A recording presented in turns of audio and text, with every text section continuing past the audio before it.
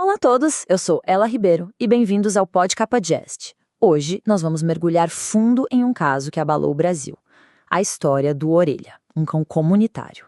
A morte brutal dele gerou uma onda de comoção gigantesca e acabou forçando uma discussão nacional sobre violência, sobre justiça e principalmente sobre as raízes da crueldade. Olha só, esse aqui era o Orelha.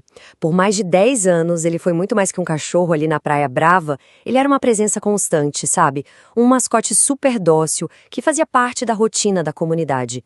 Todo mundo conhecia, muita gente cuidava. Ele era, de verdade, parte da paisagem e do coração daquele lugar. E desde o primeiro momento, a narrativa foi muito clara. Essa frase do veterinário Derli Royer, que atendeu o Orelha nos seus momentos finais, ela é categórica. Ela simplesmente derruba qualquer teoria de um simples acidente. O que aconteceu com o Orelha foi um ato deliberado, foi um ato de violência.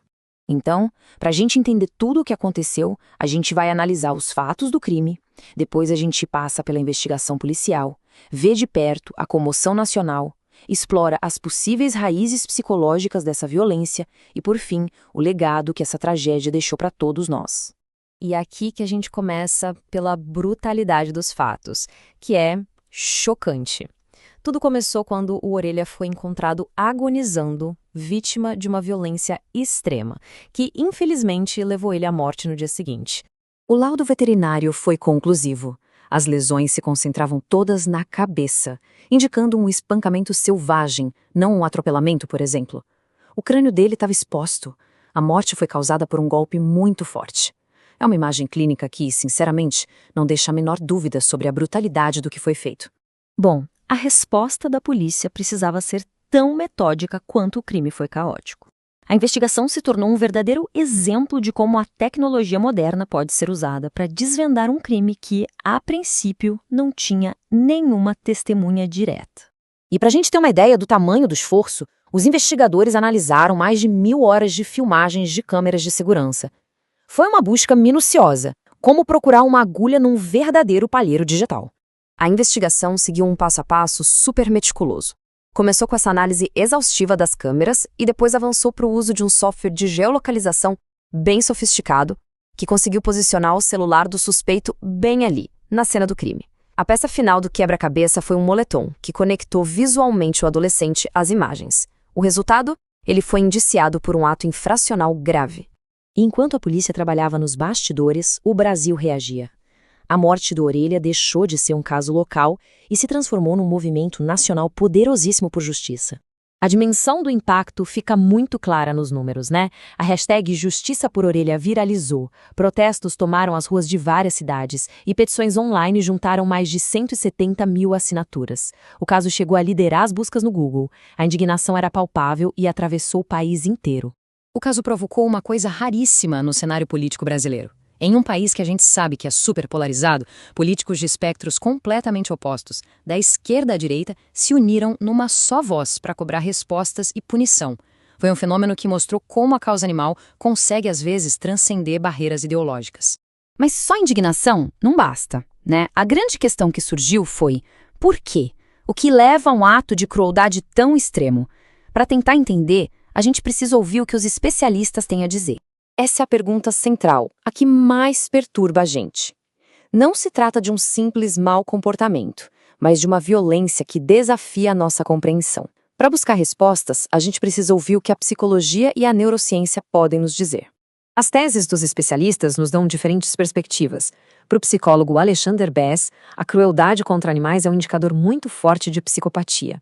Já a psicanalista Elisandra Souza aponta para falhas na formação do superego, sabe? E para a desumanização da vítima. E o psicólogo André Veridiano fala em objetificação. É quando se trata um ser vivo como um objeto descartável, o que revela uma falha profunda na construção da empatia. A neurocientista Thelma Abraão traz uma perspectiva fundamental sobre educação, e essa frase dela é poderosa.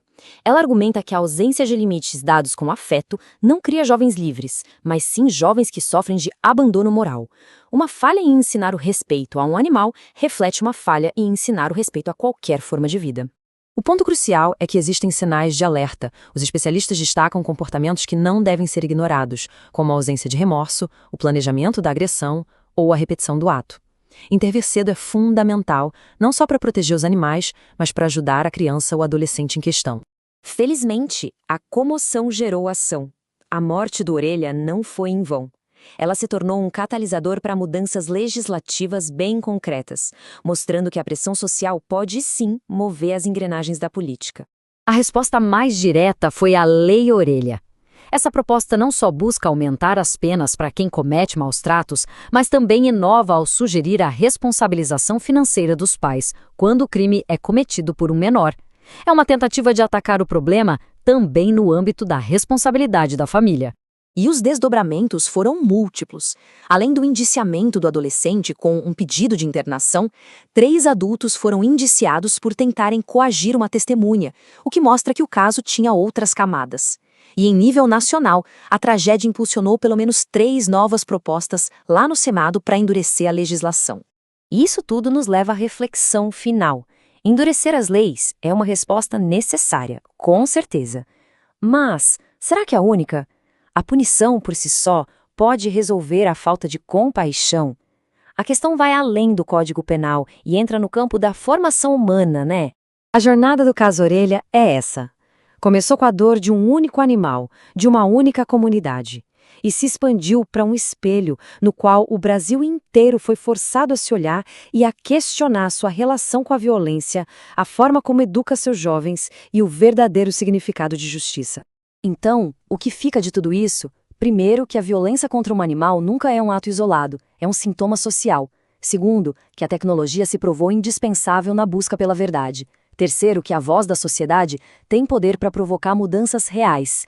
E, talvez o mais importante, que a empatia não se aprende em leis, se constrói no dia a dia, dentro de casa. Obrigada por acompanhar o Pod Quederbada Podcast. Eu sou Ela Ribeiro e a gente se encontra no próximo episódio.